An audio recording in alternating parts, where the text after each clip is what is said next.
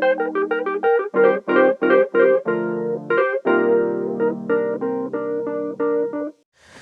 hey, Bill. Howdy. I don't know if you've noticed, but 2020 has looked a little different. It has. Yeah. So with the world being what it is today, obviously people are spending a lot more time by themselves, socially distant and all. And I don't know whether expectedly or unexpectedly, it's led to this idea of introspection, reflection, and maybe to some degree, the realization that people need to care for themselves, right? So there's been this theme that's been popularized of self-care. And I guess I wanted to ask you the question with relation to self-care, and then what we've talked about previously, this idea of soul care. How would you contrast the two? How would you create some differentiation? And maybe what are some of the similar elements of that? Yeah, well, I don't know entirely what is entailed in self-care other than what it implies. But the way I would think about it in contrast is that soul care recognizes two primary axes that self-care may not. Mm-hmm. Soul care says to be a soul is to be in some awareness, potentially, ideally, of a vertical dimension, that we are souls in relationship. We're dependent, for us as disciples of Jesus, we're dependent on God. And our command is to love the Lord with all of our soul. Heart, soul, mind, and strength, right? So that vertical orientation. And then the horizontal dimension is critical. We are not for ourselves. We are parts of a larger community. So the concern I have with the self-care language is that it becomes individualistic, it becomes me and against the world, it becomes maybe even potentially selfish. Whereas soul care always is for the sake of. It is always about how do I orient myself for greater usefulness to the glory of God in the community, as part of the image of God, as part of the body of Christ. So soul care has, in my view at least, built into it this kind of orientation to the larger community and to God. And then the third element that I would add is that, and again, self-care may include this, but soul care has, in my view at least, implicit within it a holistic approach. That is, the soul has dimensions that at any given point we can talk about, but we ought never to think of them as exclusive of the other dimensions. You can't talk about body or spirit or emotions or social relationships or intellect without realizing that it's part of a whole. So when Jesus heals somebody, he will regularly say something like, your faith has made you whole. It reintegrated you. You have been put back together again.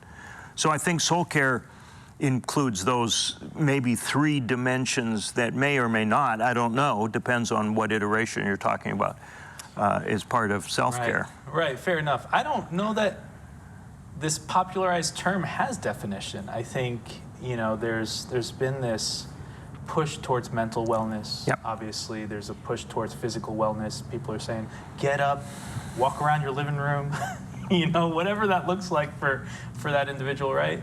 And I think there's been a little bit of like dipping the toe in the water of the spiritual wellness.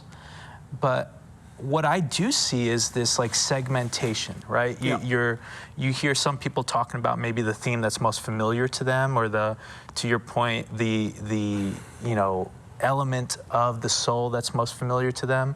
But it doesn't seem like there's this like comprehensive capture. right? That we're talking about something that's bigger than just one element of the human, right? We're talking about something. We're talking about what it means to be human. Yes, right? So to that end, how do we define soul, right? Because I think words that you've often used when we've chatted is, we don't necessarily have a soul, we are a soul. Right. So let's get into that a little bit.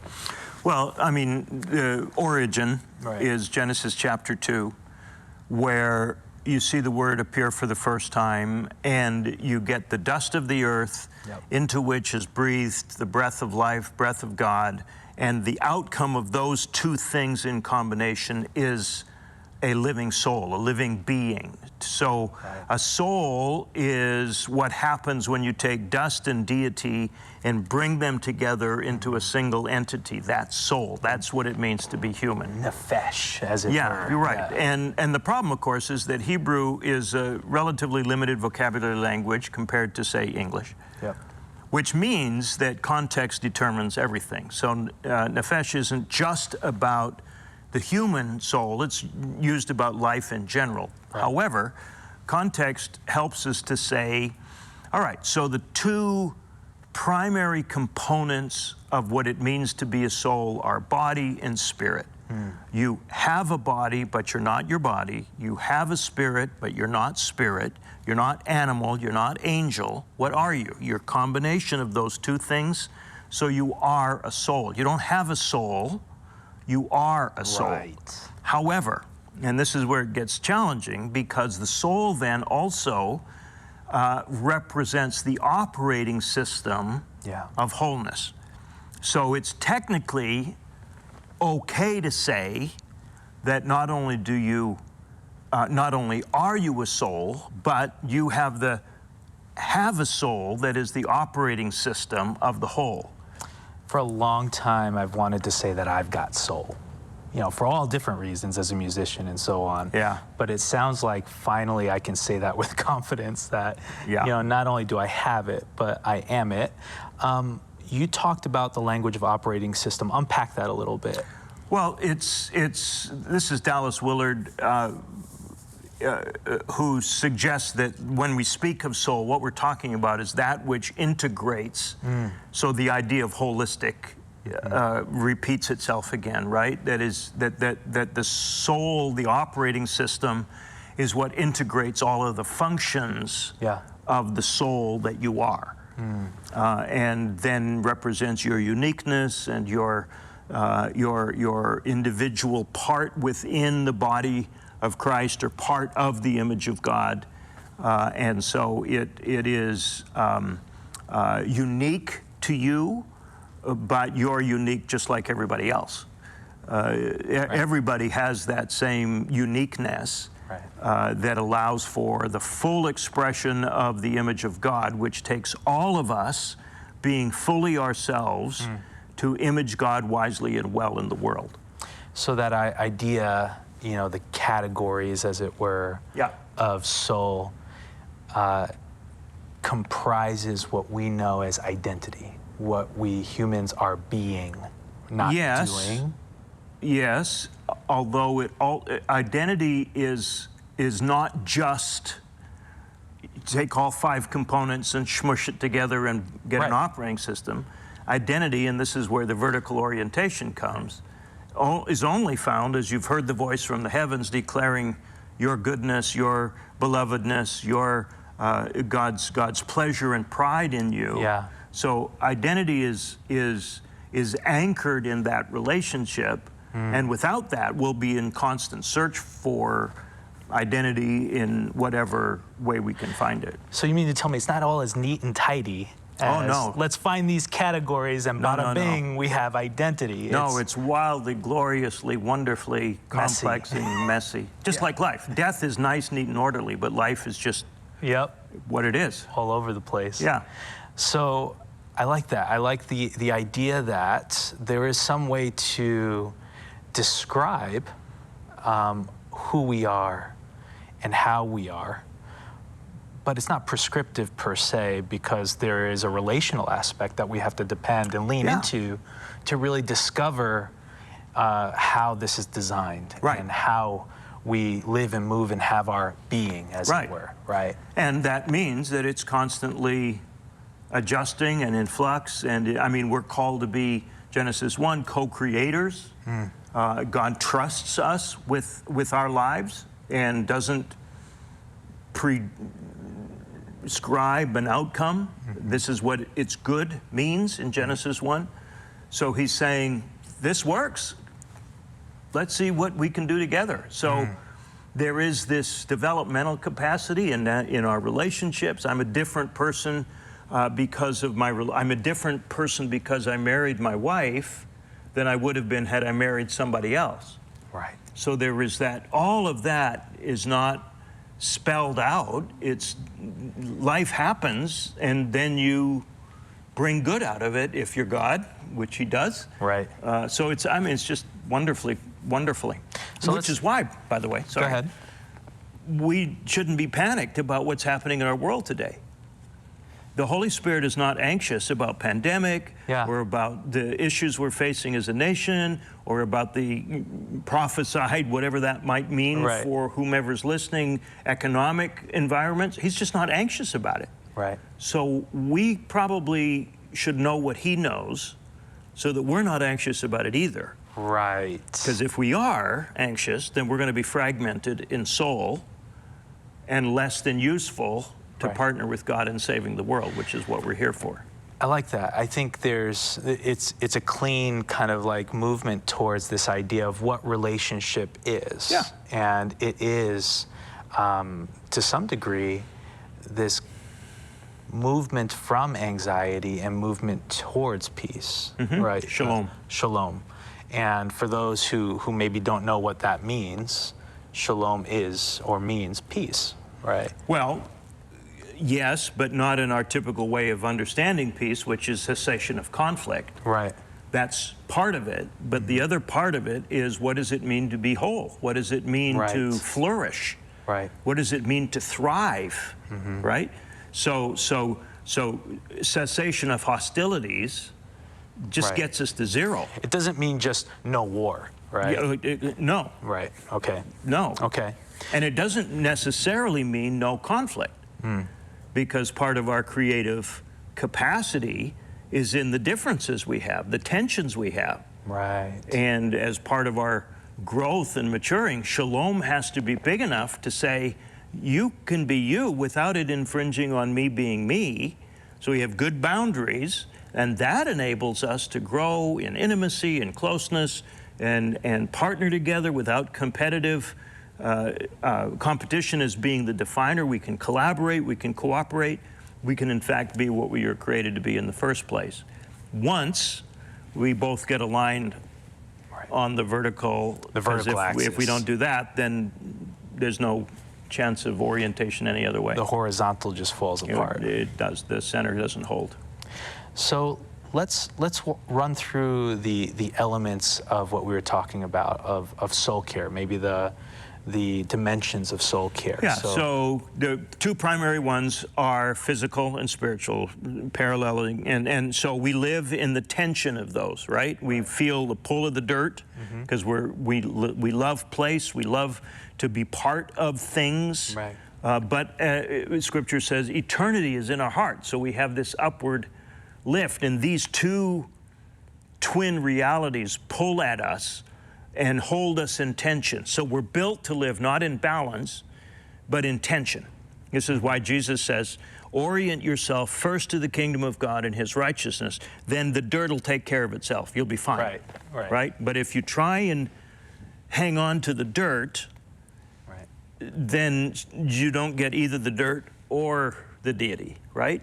So the body then is that physical part. The spirit is that component. The body is how we are oriented on the planet. It's how we engage in relationships. It's how we, it's the container of our being where we don't live in our bodies. We live around it most of the time.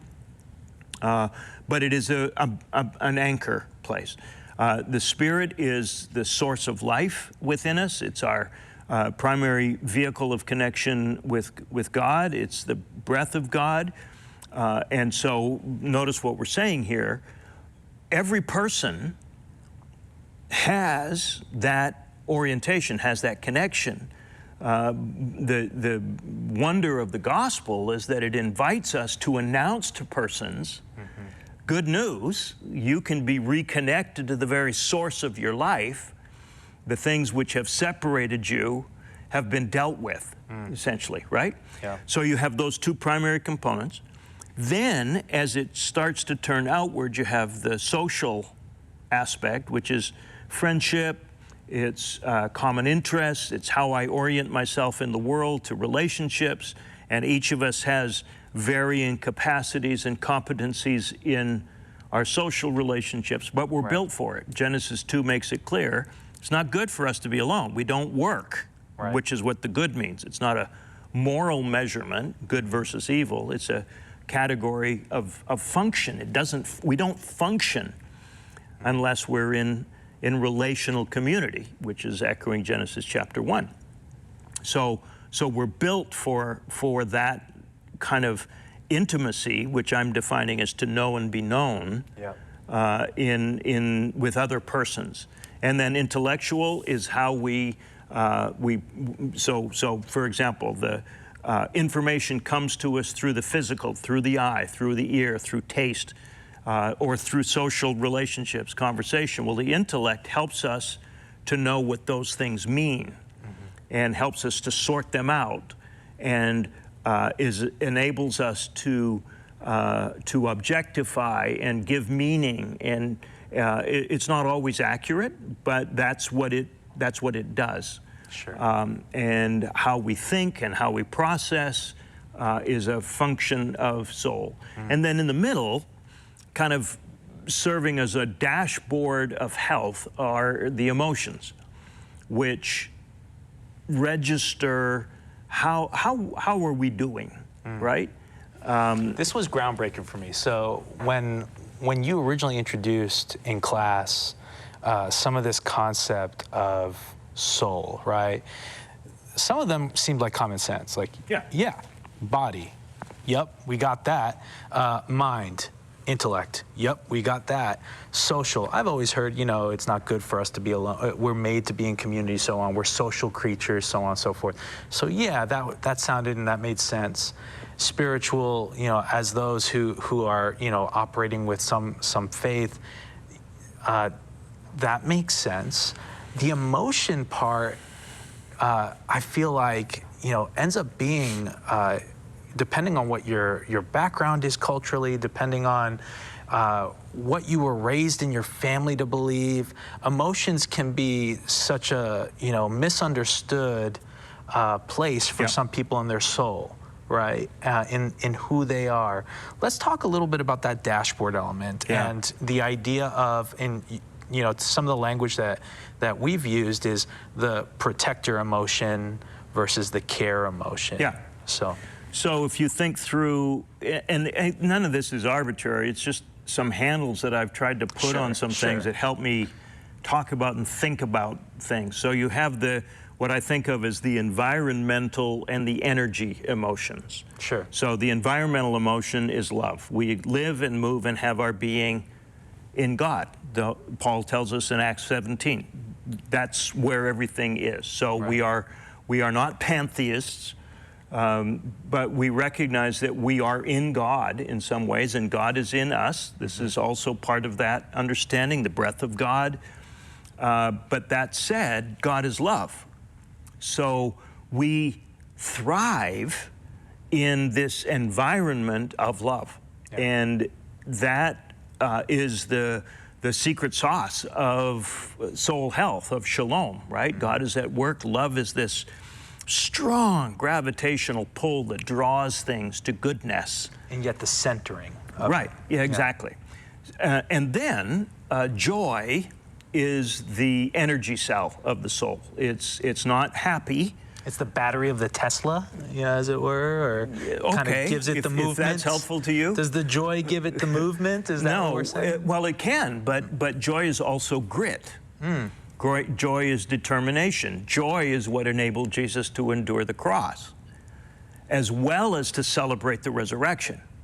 So joy is this Swiss Army knife of capacity that enables us with capacity for our whole lives. So joy is, this is why Paul is so relentless when he says over and over and over again, rejoice.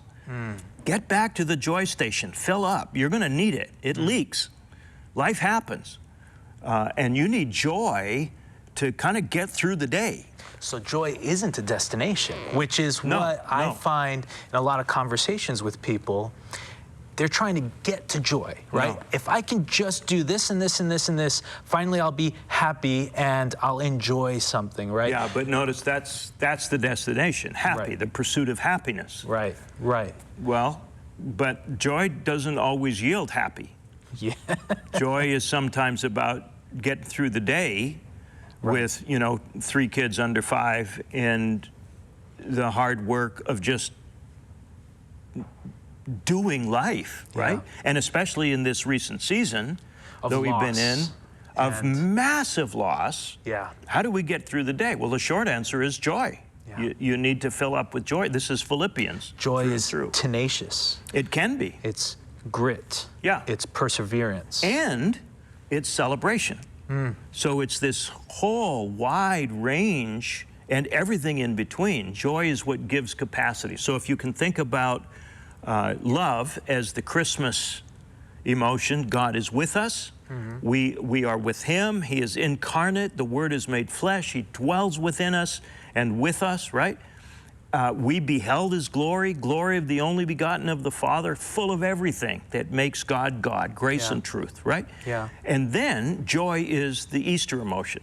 Wow. That says no matter how bleak, how dark, how difficult, whatever it is you're going through, joy will get you through it. Joy has that capacity for the Thursday night betrayal, the Thursday night foot washing, the Thursday night betrayal, the garden, the trial on Friday, the crucifixion on Friday, the burial, and then the hardest part is that silence, that stillness, that bleak, dark, what is going on Saturday?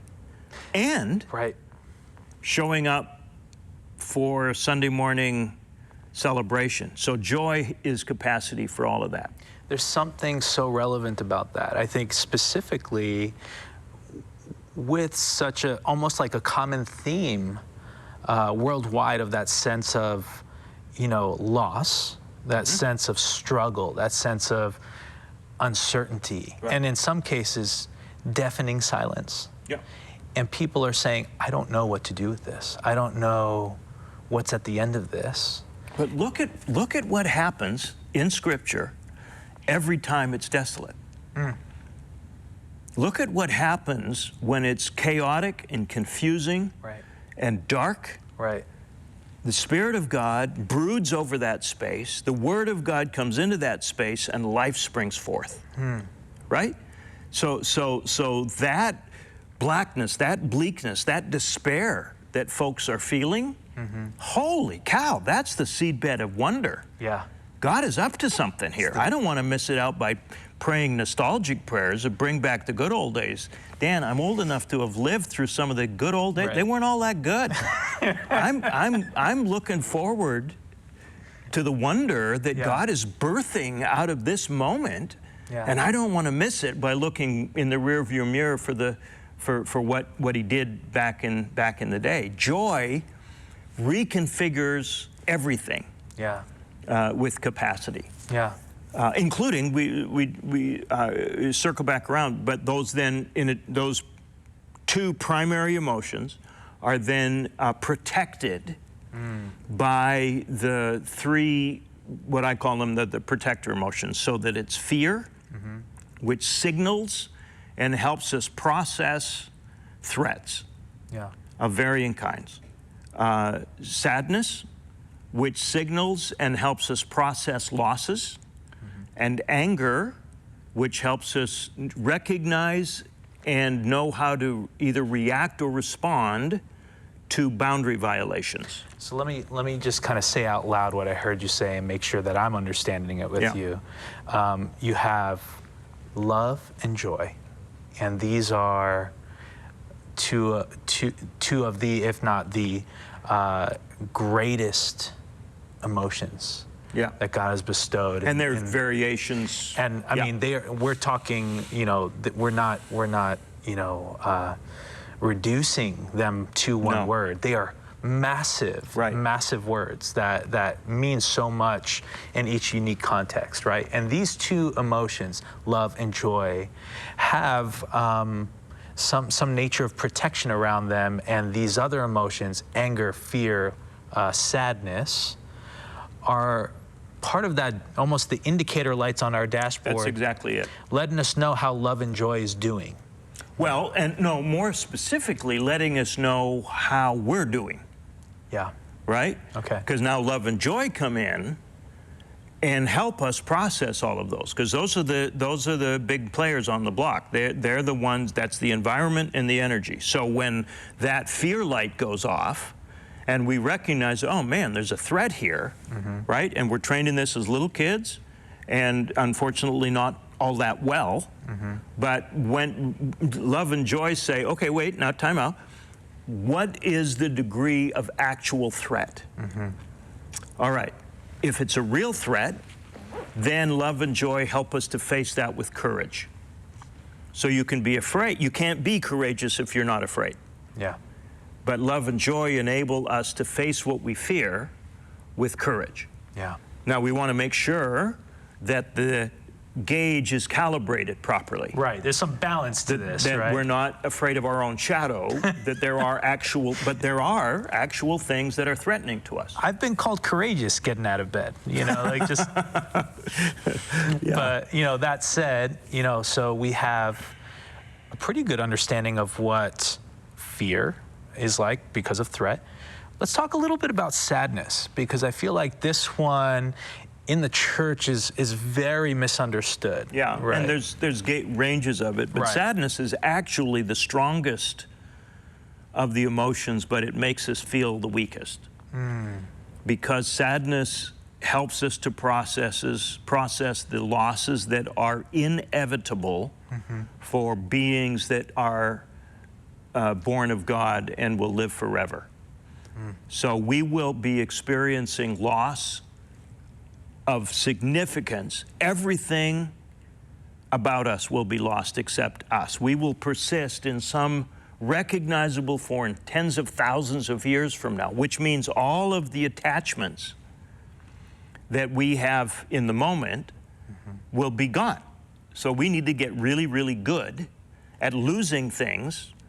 And what grief does, which is what we're talking about, is honors what we have, releases it when it's gone, and sadness at the release opens us up with increased capacity for the new thing that comes. The temptation at any given moment is to grab hold and hang on. You're talking about this interesting paradox, because you wrote a blog post recently that talked a little bit about that kind of tension between sadness, and that's where the hard work's done, in our grief and in our loss. But because most of us would prefer not to do the hard work, we move directly to anger. Because anger makes us feel strong and powerful. Yeah. And it doesn't help. No. In fact, it makes the loss worse because we never actually process it. We never deal with it. Right. What instead ought to happen is love and joy come in and help us process loss, grief, with hope. That says, yeah, we've been here before. And certainly, you know, sometimes it's a minor loss, but sometimes it's huge. We lose a loved one. We lose a job. We lose a home, right? A relationship. I mean, we're going to be experiencing, as many have already had in this pandemic, we're not done with loss yet. So this is why joy is so essential. Because if we don't have joy and love helping us calibrate loss, we give up in despair. But if we do, then we can receive the capacity increase of our losses with hope, because we know that space is now created for the new that God wants to do in us. So it sounds like we're talking about life progression. So how do we move and navigate through life, not with this sense of perfection, because let's be real, impossible, right? Yeah. You don't get through life perfect. It's just not, it doesn't That's even, never been the goal anyway. it doesn't even compute. The goal is, instead of Shalom. shalom, Completion. health, right? Which is what, as you know, the Greek word in behind our English word perfect is actually telos, which is about completion, not conforming to an external standard of perfection. So let's talk about that a little bit. Let's unpack that. Finish one more? Yeah. Because we didn't talk about anger. Let's talk about anger. Right? Because anger, if grief is misunderstood, anger is more misunderstood. Sure. Anger is how we identify and then process in some way boundary violations. Somebody touches you in a way that's inappropriate for the nature of your relationship, either physically or emotionally, or into a lot of bullying, for example, is a violation of boundaries. You don't have the right to say that, to do that, etc. Right? And anger is the gift God has given us to identify that boundary violation. When something's wrong. Something is wrong. There has been an incursion in the space of my soul. Now, if I don't get love and joy in there, anger is going to react. So we treat a lane change on the 405 freeway as if it were a death threat. Right. Right? Whereas love and joy... In some cases, that's legit. Maybe, yeah. But love and joy enables us to say, okay, there's been a boundary violation. How do I want to respond to this? Notice the difference, not reaction, but respond. Love and joy enables us to be so solid in who we are that when there is a boundary violation, we can choose how to respond. So Jesus says, here's how this is going to work. Somebody is going to slap you on the left side of your face. They're going to insult you and shame you. I would have been like, Jesus, you've already lost me, my friend. Like, what?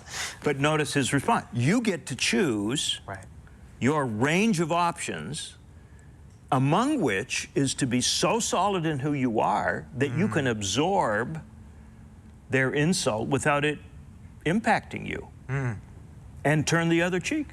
It's not that you have to do that every time, but most of us don't even have the option of doing it one time. And I think what strikes me, pun intended, is this idea that when you articulate it that way, there's so much strength. There's so much, I mean, just the amount of power in that restraint or in that composure is profound. Yet in the moment, we see it as, it's not an option because that's just weakness and I've lost face and I can't do that. I must react, not respond. So as we talk through that, you know, it's kind of this natural progression in the conversation towards health, right? So let's start with, what are some of the marks of an unhealthy soul? Like, you know, as we think about soul health, soul care, how do I, you know, what are some symptoms that I'm not healthy, I'm not doing so well? Man, well, the larger kind of 1,000-foot level diagnostic, for me, the easiest way to look at that is the 7 deadly sins. So Paul's language, everybody's sinned, fallen short of the glory of God. And what we probably should recognize is that when he says that, we need to hear him say, you do know that you're the glory of God, right? Because glory is the medium. This was breakthrough moment for me when we started unpacking this in class, because this idea of behavior and destructive behavior and what's at stake there is you.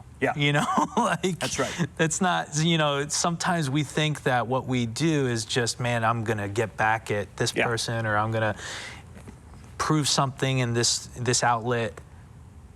But to your point, the glory of God is at stake, and you are Right. the temple, the glory of God. Right. Well, glory scripturally, as you know, is how God shows up. Yep. It's when you have a sense of his presence, it's his glory that you're perceiving. Well, Genesis makes it clear that we are his image. We are his representative. Right. We Right. are his, if you will, glory. So when we sin, we fall short of the glory of God, which is us. We aren't, I mean, there's a whole range of violation in our relationship with him, but Jesus has dealt with that on the cross. So now the unhealthy soul is the self-destructive soul. And Gregory, Pope Gregory the Great, 1,500 years ago, gave us this, as a spiritual director, a framework by which he observed, these are the ways that people tend to blow themselves up. Yep. And what it is, because we live and move and have our being in love, sin at its most core level is a violation, a distortion, a break in love.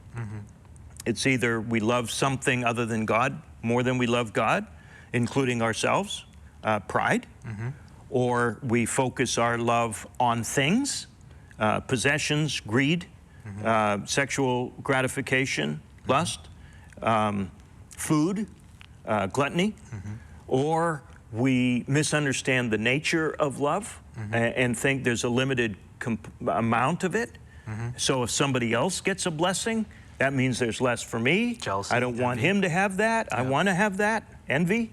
And then anger as this state of being, because Paul's very clear, it's okay to get angry. It's not okay to be angry. Right? So deal with the conflict that made you angry, but don't deal with it from within the framework of angry. Yeah. Yeah. So you think through those 7 marks of brokenness, and you get a pretty good. Now we each have our favorites. We've all experienced them. Because I missed mine, which is sloth, where we don't love anything, Right. not God, not ourselves, and we live in a tiny and shrinking. I think sloth is the sin of our current culture, where we are entertaining ourselves to death as a way of avoiding real responsibility for our lives. So those kind of serve as the indicators of what unhealth looks like in the soul. So, you know, as somebody is maybe calibrating a diagnostic, they're listening to this conversation and they're thinking through, wow, let me reflect on that a little bit. And they start looking through, obviously, the marks of unhealthiness. And I think if we spend enough time, we can name all of them in our own lives, right, to some varying degree. Let's talk about the marks of health, right? So how does somebody sense that there is, you know, some level of health in their life, and how do they start to move deeper into that area of health? Well, back to love again, right? Yep. So love is this environment. It's what aligns us. So you want, and then to Paul says this, John says it, Jesus says this. At the end of the day, we're built for this. Yep. So what does love look like? And the short answer to that is Jesus of Nazareth. Yeah. The Word made flesh, dwelling among us, right? So if you want to do a quick character sketch of Jesus as the perfect human being, because that's how John and Luke particularly both portray him. Yeah. What did he look like? What was he like? What's a character sketch of Jesus like? What does it mean to be a perfect human? Yeah. Paul, when he reflects on this, says essentially, and I'm paraphrasing, but Jesus was a man of the Spirit. So how do we measure health? Well, we look at what the fruit of the Spirit is. Love, joy, shalom, patience, kindness, goodness, faithfulness, gentleness, and self-control. So we look at those as the markers of soul health. Now you take both the 7 deadly sins and these 9 markers of health, They each have a root, pride in the first case, love in the other, right? And our task is to live with humility and move in this direction towards love, Right. which then will manifest itself in all of these other elements. Healthy markers, Yeah. as it were. Yeah. Right. And then that works itself out in all 5 of the dimensions of the soul. So, now that I've gotten to a place where I've unpacked a little bit and, I'm starting to shift my paradigm about my emotions, right? I don't need to run away from them. I can embrace emotions, right? They can inform, maybe playing a little bit with some illustration here, they can inform when the car's not doing so well, right? When I need to pull over on the shoulder and pop the hood and check what's going on, right? And make the adjustments so that I can continue up the road, that I'm not stranded on the side of the road, as it were, right? And, now we're talking through, this is when you're overheating. This is when maybe the tire's flat or you're running out of gas, right? So this is to play with that illustration further. Let's talk about maybe some of the goals of health and unhealth, as it were. We've said 2 words, or we've said one word in particular, shalom, right? Let's talk a little bit about Sabbath, because this is something for me that was really key in understanding. I think I took for granted my youth and how much rest plays a part in health and what rest really means, as it were. So let's talk a little bit about that. Yeah, so again, everything goes back to Genesis. Right. The soul arises out of Sabbath rest. Yeah. Genesis chapter 2, verses 1 through 4, talks about the Lord establishing a day of rest. Not because he was weary, but because he was done. Right? I love that. It's like the divine mic drop. Like, not because I'm tired, but because I'm out. Yeah. And then out of that story comes this 8th day almost of new creation. So Sabbath is a place of rest that allows for restoration. And it is the primary way by which we bridge between love of God and love of neighbor. Remember Jesus' language, love God with all your heart, soul, mind, strength. Love your neighbor as you love yourself. Which I think is, a little footnote here or a side note. One of the key distinctions that I see between self-care and soul care is self-care is contained to self. Soul care can take on this lens of how am I doing? Let me care for my soul. But now I'm empowered and equipped to care for other souls. Right, and to be in relationship with God. And to be in relationship with God, the source of my soul, right? So it's powerful. So end of note, jumping back into Sabbath, this idea of rest and restoration. Yeah. Well, and it's not, nobody's done it well. You read... We're told not to do it. Well, and that's the problem, except that we are ordered. It's one of the 10 words, and it's one of the only 2 words that is in positive form. So you've sat with the 10 words, what we call the 10 Commandments, even though that word doesn't appear in the original of Exodus or Deuteronomy. There are 3 words that speak to love of God. There are 4 that speak to love of neighbor. There are 2 that speak to love of self. Sabbath and honor the old people, which is my favorite at this stage of my life. Sure. Right? Yeah, you're really cashing in on that one. Right. Now, the 10th one is how you break the others, which is the coveting. You want stuff that doesn't belong to you, so you worship other gods, so you lie, so you murder. So it's the gateway to brokenness. But those 2, the only 2 of the 10 that are in the affirmative, I think are how we love ourselves. We remember we're part of community, past and present and future. If you have no memory of the elders, you have no future. Right? But the 4th word is Sabbath. Cease, rest, restore. help us young folk, us young bloods, understand, because there's I think two false paradigms when it comes to rest. One is I'm only going to do it when I feel like I need to do it. Right. Which I think by that point it's too late. Right. Right.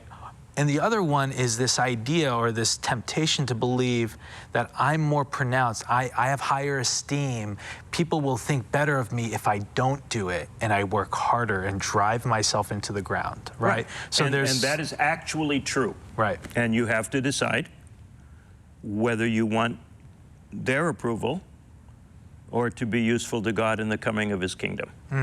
So choose health or choose everyone's approval. Yeah. I mean, when you say it that way, it seems like such an obvious choice, right? Everyone's approval every time, right? No, I'm just kidding. Yeah. Well, that's what we do. We tend to choose. But this idea that, when you articulate it that way, it seems like such an obvious answer, right? Yeah. Well, yeah, health. I want health every time. But there's this yearning, this longing, this pulling to seek this approval element. Help me understand how is, and to those people that will be, understanding this better alongside of us, how do I navigate in real time this movement towards health and rest and Sabbath so I can be in Shalom? Well, I mean, this is Jesus. Are you weary? Yeah. Are you heavy laden? Come to me. Matthew, right? Yeah. So 11, Matthew 28. 11.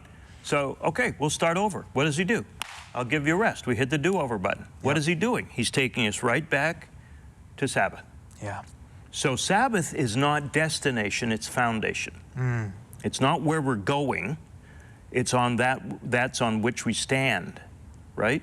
Yeah. So coming out of rest, creativity, life, flourishing, and then he says, along the way, you'll find rest for your soul, because my yoke is easy compared to all of the other ways you've been negotiating your life. Yeah. Mine actually works. Yeah. You don't have to blow yourself up to do it this way. No. And this is what you're actually built for. Yeah. So if we can understand that Sabbath is the big rock, if you will, that goes into the week first. It's schedule it in, because for most of us, the calendar. The leftovers. Yeah, if you say I'll Sabbath when I get time, you won't Sabbath. What will happen is that the idea of the leftovers is exactly right. It becomes the junk drawer of the week, where whatever we didn't have time for during the week, we just kind of smush it in there. And I think there's maybe a day off for that. And fortunately, we live in an economy that more or less affords many of us the privilege of both a day off and a Sabbath. But if I have to choose in any given week between one or the other, I'm going to choose to give up the day off. I'm going to maintain my Sabbath. Because I've just found over the years that that's life-giving. It's not just a different form of work, which a day off often tends to be, right? Sabbath is about rest. It's about restoration. It's about family and relationships. It's about sharing meals with family. It's a day of connection with the reality that we are the created and beloved sons and daughters of God, that we have been redeemed. Both Exodus and Deuteronomy have different rationale for the purpose of Sabbath. One is you were created. Yeah. That's still true. It's good every once in a while, like once a week, to remind yourself you didn't get here by yourself. You're not. None of us are self-made. Yeah. And when we get in trouble, and we will, you have a Redeemer. It's good to take time on a weekly basis to remember that God does not need us, He invites us. There's something powerful about that. As I just kind of soak that in for a second, this idea that my muscles can be sore. I can have very little sleep, because maybe I worked the 6th day, right? But to have that special investment on, downshifting, as it were, resting, investing in relationship, both vertically and horizontally. There's something that I'm going to use the word, without overusing it. It's almost this mystical, kind of human element that in relationship, in belonging, in belovedness, in knowing and being known, there's almost this offset that occurs that even though I'm tired, I'm restored. Yeah. And when we start to sacrifice that element of belonging, of knowing and being known, of being loved, right?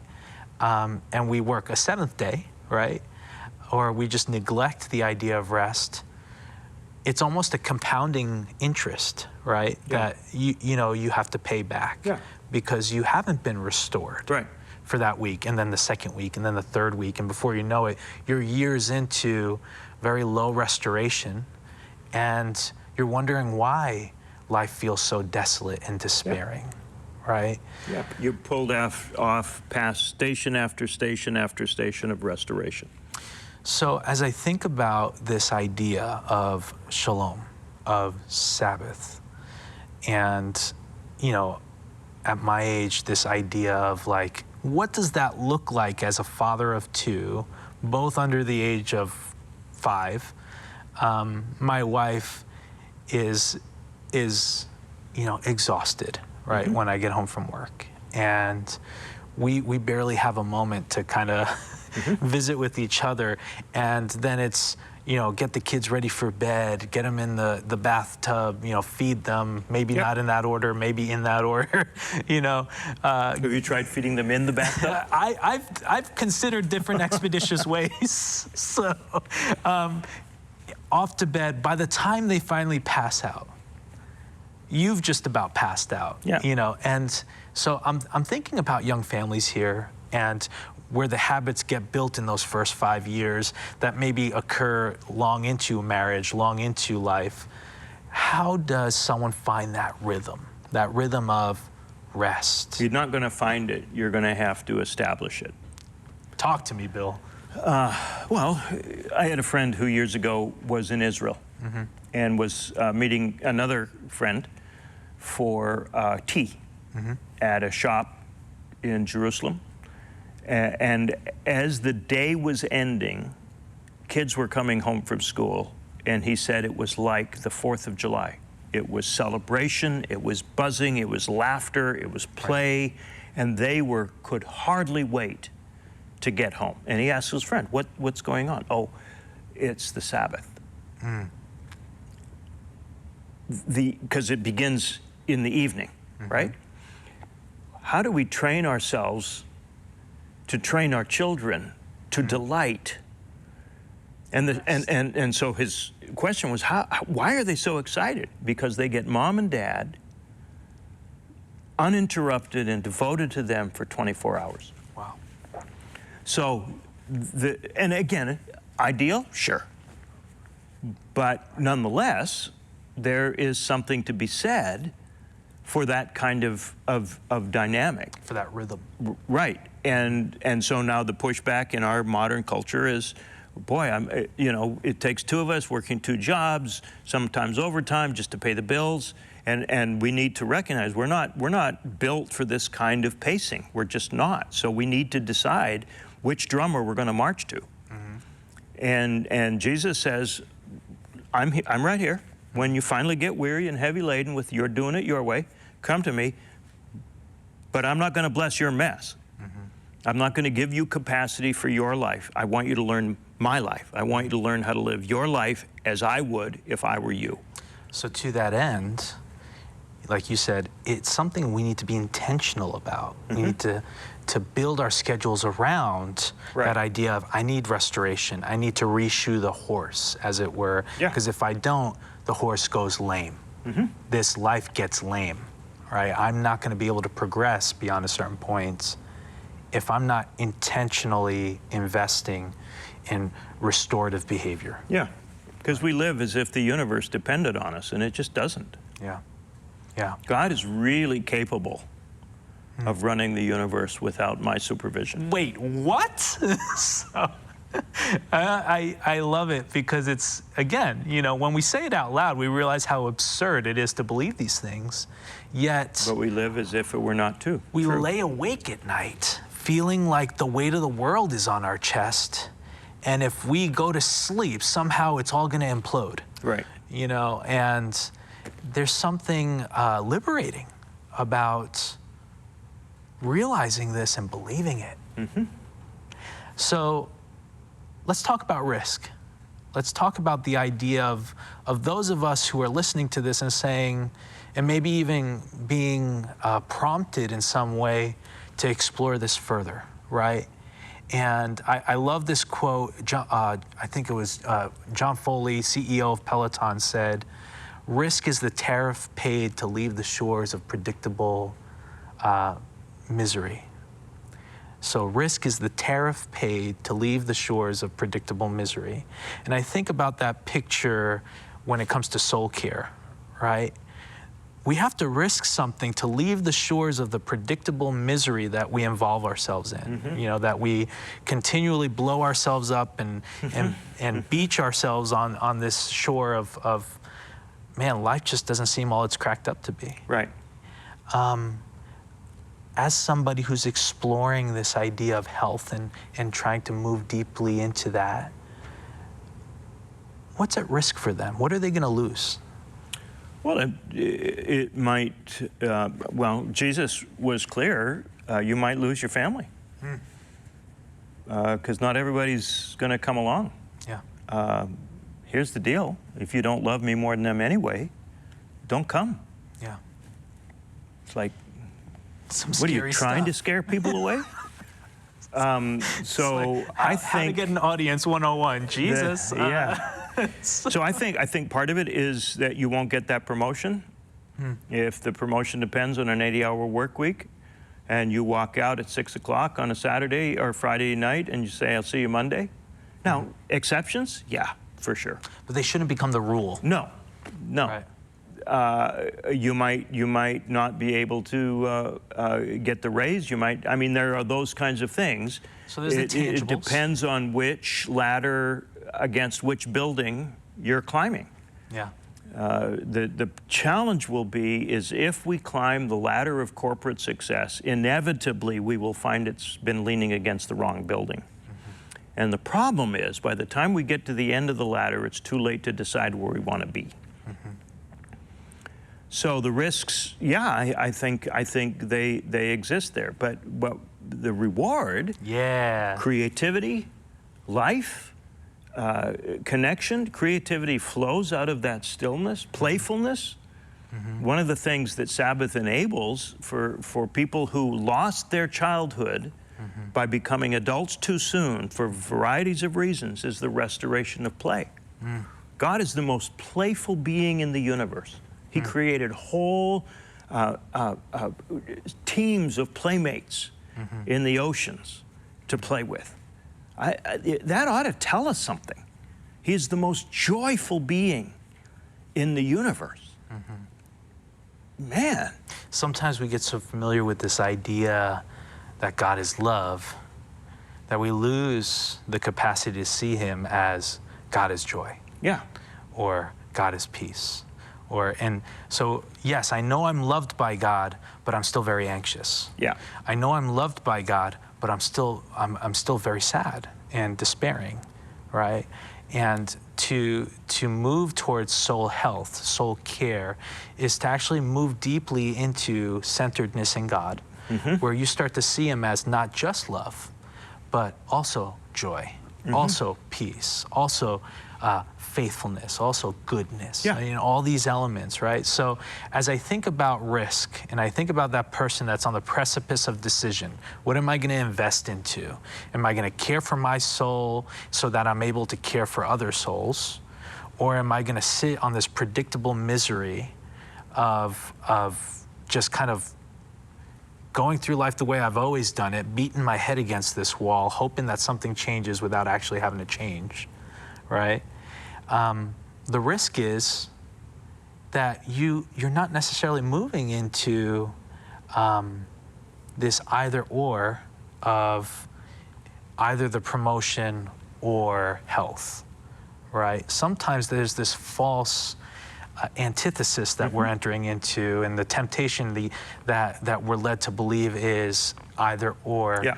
Sometimes that creativity that erupts out of rest, those elements, you discover that there's so much more that you could have asked for or imagined waiting for you at the other side of restoration. Yeah.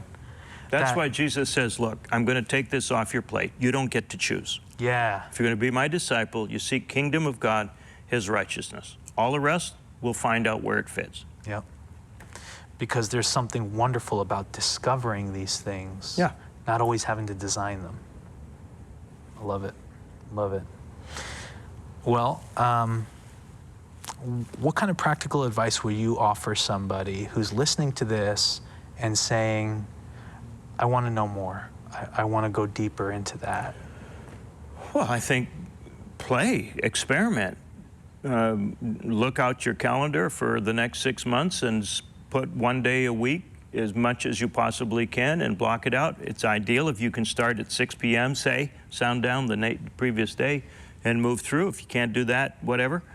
But block it out and then keep it religiously. Create space for relationships, for not working. Yeah, so Sabbath isn't just this like monk-like attendance to some type of institution. Right. But Sabbath is? Rest. It's and restoration. So it's relationship. It's worship. You know, maybe Sabbath will involve going to church on a Sunday, but then not turning Sunday afternoon and do a prep for the rest of the week. Maybe it'll be playtime. Maybe it'll be rest time. Maybe it'll be some of those, a game with your kids. Any of those kinds of things that would be part of that. There's tremendous number of resources on what Sabbath might look like. You know, Abraham Heschel has written a beautiful reflection on that, and there are just so many others. A.J. Svoboda, Matthew Sleeth. I mean, there's just a ton of them. So I think that's about worth looking at how to envision or envisage what Sabbath looks like. It's what breathes life back into your relationship with God, right? Yeah. I love it. Well, Bill, thanks so much for your time. You're welcome. I appreciate Thanks. It's been this. fun. It's always good talking to you. Yeah. All right.